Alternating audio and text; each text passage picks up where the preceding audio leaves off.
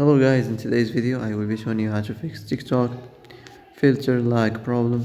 So the answer is easy, just to go to the settings and then scroll down to the apps section and then go to the search and search TikTok and then go to the storage, and here you will find this clear cache option. Click on it.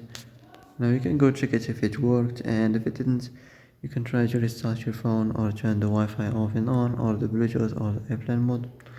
Also, you can try to clear data, but be careful. If you clear data, all this application's data will be deleted. This includes all files, the settings, the accounts, the databases, etc. So be careful if you want to clear your data.